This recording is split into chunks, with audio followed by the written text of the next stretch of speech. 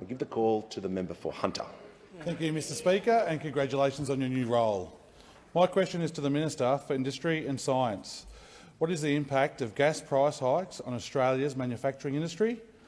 What would a shortfall of domestic gas mean for the jobs of Australian manufacturing workers? I give the call to the Minister for Industry and Science. Thank you to the member for Hunter. And if I may just start by congratulating you, Mr Speaker, on your election and also on the election for the member for Hunter. A former fitter and boiler maker, he knows full well the impact of these issues on manufacturing, and I welcome the chance to respond.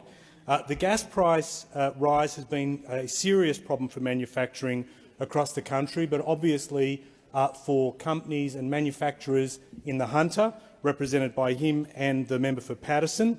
Gas-reliant manufacturers, they're big employers, particularly in regional Australia and our outer suburbs, and they are obviously concerned about the increase in price. But we should also take a moment to thank those manufacturers who have held on to jobs. They've worn some of those price increases, held on to jobs and protected regional communities, and we are very grateful and thank them for that. They are dependent on the adequate supply of gas at a fair price, and the ACCC today clearly laid bare those flaws in the domestic gas price and the gas market that were outlined by the Treasurer. Concentration in the market. You've seen a failure to adhere to the spirit of the heads of the agreement, and there has been a concern around the shortfall and the pressure that that will place on manufacturing.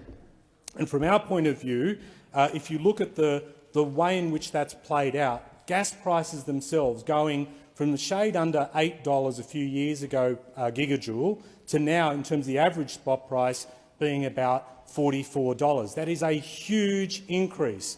And the reality is this: we have multinational companies extracting an Australian resource to sell to international clients at a price that's squeezing Australian industry and jobs, and something has to be done about it.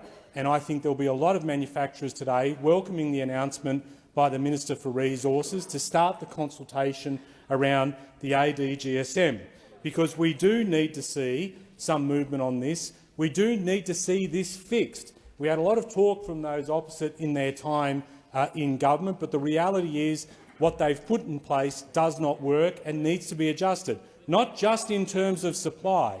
Supply is one thing, but the price at which it is offered is another.